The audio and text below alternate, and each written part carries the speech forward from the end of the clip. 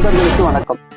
இந்த வீடியோவில் புதிதாக நுழையும் டிஜிட்டல் மார்க்கெட்டிங் பிகினருக்கு 10 அருமையான டிப்ஸ்களை பார்க்க போகிறோம். நவீன தொழில்நுட்ப வளர்ச்சியில் டிஜிட்டல் மார்க்கெட்டிங் மூலம் பொருள்களை சேல்ஸ் மற்றும் சர்வீஸ் மிக உயரிய இடத்தை அடைந்துக்கிட்டு இருக்கு. ஆனால் நம்ம அதில் இருக்கோமா? நம்ம வீடியோவுக்கு போவோம். முதல்ல டிஜிட்டல் மார்க்கெட்டிங்னா என்னன்னு நிறைய வீடியோவில் பார்த்தாச்சு, அதிகமாக கேட்டாச்சு. அதனால் டிஜிட்டல் மார்க்கெட்டிங் விற்பனை சர்வீஸ் ஏன் பண்ணணுங்கிறத பார்ப்போம். டிஜிட்டல் மார்க்கெட்டிங் ஏன் பண்ணணும்னா அதில் பரந்த கஸ்டமர் பேஸ் இருக்குது. கஸ்டமரின் எக்ஸ்பீரியன்ஸை உணரலாம். உலகளாவிய கஸ்டமர்களிலிருந்து லோக்கல் கஸ்டமர்கள் வரை சென்றடையலாம். கஸ்டமர் எஃபெக்ட் குறைவாக இருக்குது. காஸ்ட் எஃபெக்ட் காஸ்ட் எஃபெக்ட் குறைவாக இருக்குது. பல வகையான உத்திகள் இதில் பயன்படுத்தலாம். பல வகையான கண்டென்ட் டைப்புகளை கூட இதில் இருக்குது. அதில் blogs, podcast, email, ebooks, video content, infographics, social media marketing, SEO, webinar என பல வகை இருக்குது. B2B, B2C கஸ்டமருக்கு கூட கொண்டு செல்லலாம். சில கூகுள் ரிப்போர்ட் என்ன சொல்லுதுன்னா, இந்தியாவில் 3 to 4 மாதத்தில் 50,000க்கு அதிகமான வாய்ப்புகள் இருக்குன்னு. 44% கம்பெனியை டிஜிட்டல் மார்க்கெட்டிங் மூலம் தான் தங்களுடைய ப்ராடக்டை சர்வீஸை பப்ளிக் தான் கொண்டு செல்கிறாங்கன்னு தெரிய வருது. அதில் 52% சோசியல் மீடியா மூலமும் நடக்குதுன்னு தெரிய வருது. இன்மீடியா ரிப்போர்ட் என்ன சொல்லுதுன்னா, 2020 10ல் 7 பேர் பொருளை வாங்க மற்றும் சர்வீஸை பெற மீடியா மூலம் நடக்குதுன்னு தெரியுது. 2021 படி ஒரு மாதத்துக்கு சராசரியாக 100 மணி நேரம் சோசியல் மீடியாவில் மக்கள் செலவிடுறதாக தெரிய வருது. அதோட இமெயில் மார்க்கெட்டிங் மூலம் ₹1 செலவழித்து செஞ்சாங்கன்னா மார்க்கெட்டில் 42%, அதாவது ₹42 ROI கிடைக்குதுன்னு கணக்கு வருது. செம்ரஸ் என்ன சொல்லுது அப்படின்னா, 15 பில்லியன் மணி நேரங்கள் பாட்காஸ்ட் மூலம் மக்கள் நேரத்தை செலவழித்து கொண்டிருக்கிறாங்கன்னு தெரியுது. இந்த புள்ளி விவரம் டிஜிட்டல் மார்க்கெட்டிங் வளருதுன்னு நமக்கு நல்லா தெரிய வருது. வீடியோவுக்கு போகலாம். இந்த வீடியோ போகிறதுக்கு முன்னால் இந்த வீடியோவுக்கு சப்ஸ்கிரைப் பண்ணுங்கள், லைக் பண்ணுங்கள், உங்கள் மக்களுக்கு ஷேர் பண்ணுங்கள். முதல் டிப்ஸை பார்ப்போம். முதல் டிப்ஸ் என்னன்னா, நீண்ட கால இலக்குகளுக்கு குறி வைங்க. ஏன் இந்த டிஜிட்டல் மார்க்கெட்டிங்கில் நீண்ட கால இலக்குகளுக்கு குறி வைக்க வேண்டும்னா, விரைவான விளைவுகளை இந்த டிஜிட்டல் மார்க்கெட்டிங்கில் எதிர்பார்க்க முடியாது. ஆனாலும் நீண்ட கால இலக்குக்கு திட்டமிடணும். 2வது, எவ்வளவு காலத்திற்குள் அடைய வேண்டும் என்பதையும் வரையறை செய்யணும். 3வது, அதுக்கு என்ன வழிமுறைகள் இருக்கு, அதற்காக என்னவெல்லாம் தெரிந்து கொள்ள வேண்டும் என்று ஆராயுங்க. 2வது டிப்ஸ் என்னன்னா, உங்களுடைய நீஸ், அதாவது பிராண்டை முடிவு பண்ணுங்க. நீங்கள் முடிவு எடுத்து செய்ய போகிற துறையில் உங்கள் பிராண்டை பற்றி சகலமும் தெரிந்து கொள்வது நல்லது. அதோட உங்கள் நீஸை பிராண்ட் வேலைவாக வளர்ப்பதை குறிக்கோளாக கொள்ளவும். உங்கள் பிராண்டோட துணிக்கடைன்னு வச்சுக்கோங்களேன். அதாவது நீங்கள் எடுத்துருக்கிற நீஸ் துணி சம்மந்தமாக, டெக்ஸ்டைல் சம்மந்தமானதுன்னு எடுத்துக்கோங்களேன். அந்த துணிக்கடைக்கு பற்றி நல்லா தெரிஞ்சுக்கணும், அந்த டெக்ஸ்டைலை பற்றி நல்லா தெரிஞ்சுக்கணும். அது போக அந்த கடையை சுற்றி உள்ள மக்களை பற்றி தெரிந்து கொள்ளுங்கள். அந்த மக்களின் கலாச்சாரம் என்ன, எதை விரும்புகிறாங்க, அவர்களுடைய சோசியல் மீடியாவில் எதை அதிகமாக பார்க்குறாங்க, அந்த பிராண்டின் கடையின் கலர் என்ன லோகோ அதை யூஸ் பண்ணிட்டு இருக்காங்க, அந்த பிராண்டின் தனித்தன்மை என்ன என்பதை தெரிந்து வச்சுக்கோங்க. ஒரு கூட்டமான இடத்துல ஃப்ளோரசன்ட் கலர் சட்டை போட்ட ஒரு பையனை கண்டுபிடிப்பது எவ்வளோ ஈஸியோ அதுபோல தான் ஒரு பிராண்டோட வேல்யூ. ஒரு பிராண்ட் வேல்யூ ஆயிடுச்சுன்னா ரொம்ப மக்களை கவர்ந்து இழுக்கிறது ரொம்ப ஈஸி. அவங்க அந்த கடைக்கு ஒரு அத்தாரிட்டியாகவும் இருக்காங்க. மேலும் இதனால் அந்த பிராண்டை மக்களின் மனதில் நிலைக்க வைக்கலாம். அந்த பிராண்டு மக்களை வாங்க தூண்டலாம். மேலும் அந்த பிராண்ட் கஸ்டமர் வாங்கியவுடன் அந்த கஸ்டமரே பிராண்டோட அம்பாசிடராக, அதாவது மார்க்கெட்டராக கூட மாறலாம். அதனால் பிராண்டு பற்றி விழிப்புணர்வு மிக மிக முக்கியம். அதுக்கு என்ன செய்யணுங்க? இதுக்கு முதல்ல நீங்கள் உங்கள் டிஜிட்டல் மார்க்கெட்டிங் தளத்தை சோசியல் மீடியாவில் நிலைநிறுத்தணும். உங்கள் பார்வையாளருக்கு உங்கள் மார்க்கெட்டிங் பிராண்டை எக்ஸ்ப்ளோர் பண்ணுங்கள். உங்கள் பிராண்டு தொடர்ந்து ஃபாலோ பண்ணினால் என்னென்ன நன்மைகள் பற்றியும், அதனால் நீங்கள் நீண்ட கால நன்மை என்னென்ன அடைய முடியும் என்பதையும் தெளிவாக இமேஜ் மூலமாகவும், கண்டென்ட் மூலியமாகவும், வீடியோ மூலியமாகவும் சோசியல் மீடியாவில் உங்களை பற்றி வெளிப்படுத்தணும். தொடர்ந்து வாடிக்கையாளர்களிடம் தொடர்பு ஏற்படுத்திக்கிட்டே இருங்க. உங்களுடைய பிராண்டின் லோகோ, கலரு, டேக்லைன் மக்களுடன் தொடர்ந்து காட்டி மறக்காமல், அதாவது உங்கள் பிராண்டை மறக்காமல் பார்த்துக்கோங்க. அப்புறம் 3வது டிப்ஸை பற்றி பார்ப்போம். அதாவது பார்வையாளர்களுடைய ஆளுமையை அதிகப்படுத்து. என்னங்க அது பார்வையாளருடைய ஆளுமை செய்கிறீங்க? அதுன்னா உங்கள் பிராண்டு பார்வையாளரின் டேட்டாவை கலெக்ட் பண்ணுங்கள். அவர்களின் நேரத்தை ஆன்லைன் எங்கு செலவிடுகிறது என்பதை முதலில் சொல்லபடியே தெரிந்து வைத்துக்கோங்க. உங்கள் டிஜிட்டல் பிராண்டின் உங்கள் சேவை ஏன் விரும்புகிறார்கள், அதை மேலும் மேலும் விரும்ப பார்க்க என்ன செய்ய வேண்டும் என்பதை ஆராய்ச்சி பண்ணுவது முக்கியம். உதாரணமாக இதில் தாங்க அந்த பிராண்டு பார்வையாளர் ஆளுமையை பற்றி சொல்ல போகிறேன். அந்த உங்களுடைய பிராண்டு வந்து லேப்டாப் பேக்குன்னு வச்சுக்கோங்களேன். என்ன செய்யலாம், அந்த பிராண்டு அந்த லேப்டாப்பில் என்னென்ன அறை இருக்குது, அது என்னென்ன விதத்தில் பயன்படுதுங்கிறத மட்டும் தெரிஞ்சுக்கிட்டால் போதாது. அந்த லேப்டாப் பேக்கின் லோகோ என்ன, யூனிக்யூ கலர் என்ன, அந்த பேக்கை ஏன் மக்கள் தொடர்ந்து வாங்குகிறார்கள் என்பதை சுருக்கமாகவும் ஆனால் மனதில் நிற்கிற மாதிரியும் இமேஜ் மெட்டாலைனையும் சொல்லணும். இது தாங்க வந்து அதாவது உங்கள் பார்வையாளர்னு ஆளுமையை வளர்த்துக்கிறதுக்கான முதல் குறிக்கோள். அதுக்கடுத்து 4வது உத்தியை பார்ப்போம். 4வது உத்தி சோசியல் மீடியா மூலம் மார்க்கெட் பண்ணுங்கள். ஏன்னா இன்றைக்கி மக்கள் வந்து அதிகமாக சோசியல் மீடியாவையே பார்த்து ரசிக்கிறாங்க. அதுக்கு முதலாவது உங்கள் பிராண்டின் விசிபிலிட்டியை சோசியல் மீடியா மூலம் வெளிப்படுத்துங்க. அதாவது Facebook, Instagram, LinkedIn and Pinterest மூலம் வெளிப்படுத்துங்க. 2வது உங்கள் பயோவில் உங்கள் பிராண்டின் முக்கியமான கீவேர்டு, அதாவது உதாரணத்துக்கு அமேசானில் சொல்லியிருப்பாங்க A to Z அப்படின்னு போட்டிருப்பாங்க. அது மாதிரி ஒரு கீவேர்டை தனித்துவமான யூனிக்கான கீவேர்டை உண்டு பண்ணுங்கள். அந்த தளத்தின் அடிப்படையை புரிந்து கொண்டு வீடியோவாகவோ இமேஜாகவோ ஸ்டோரி டெல்லிங்காகவோ ஸ்பான்சர் பண்ணுங்கள். உங்களை ஃபாலோ பண்ணுபவர்களிடம் கருத்துக்களை கேளுங்க.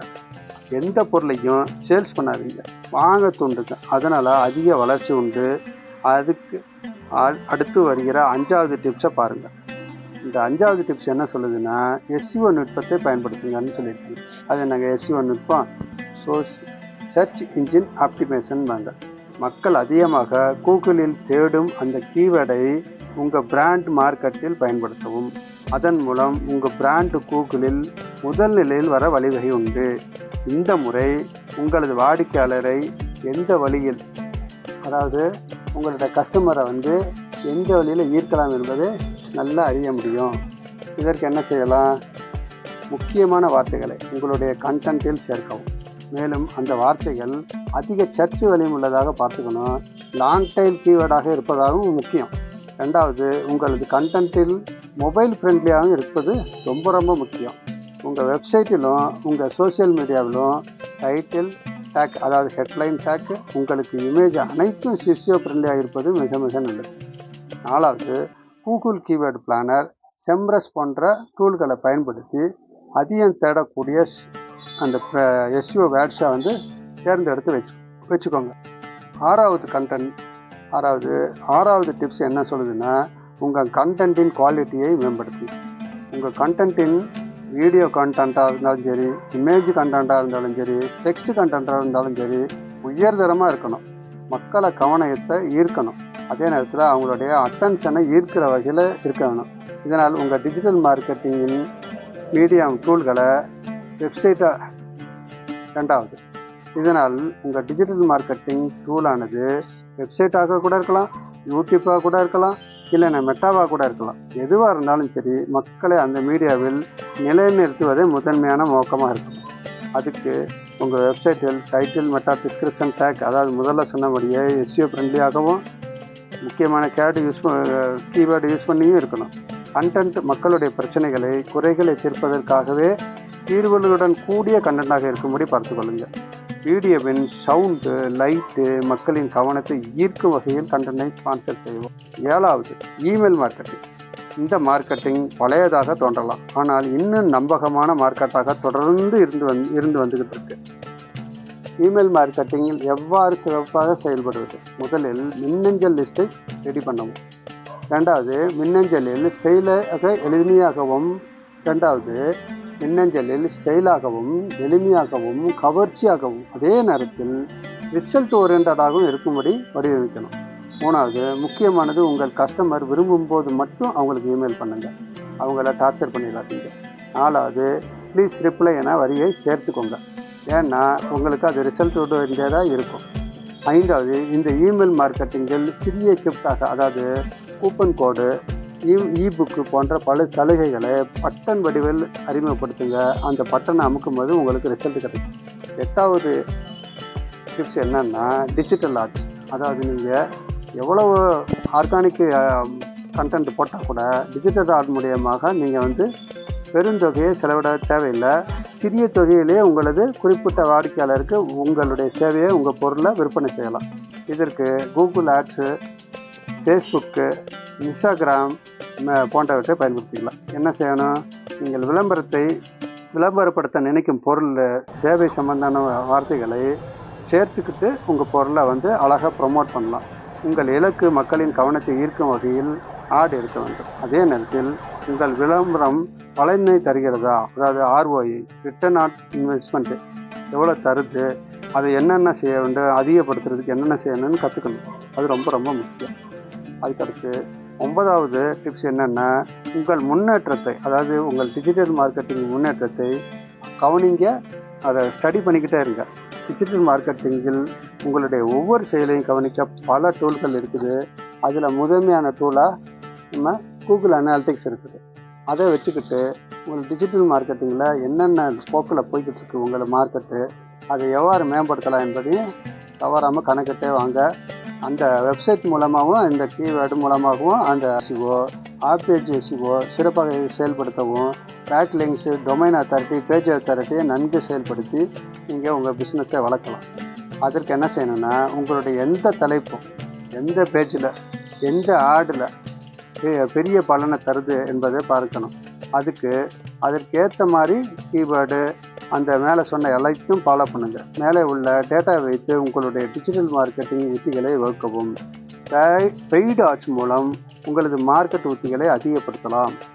10வது டிப்ஸு, வாடிக்கையாளர் மேலாண்மை, அதாவது CRM என்பாங்க, கஸ்டமர் ரிலேஷன்ஷிப் மேனேஜ்மெண்ட். உங்களது வாடிக்கையாளருடன் தொடர்பில் இருங்க. அவர்களின் கருத்தின் மூலம் அவர்களின் குறைகளை தீர்த்து, அவர்களின் பிரச்சனைகளுக்கு எப்போதும் தீர்வாகவே உங்கள் கண்டென்ட் இருக்கணும்னு பார்த்துக்கோங்க.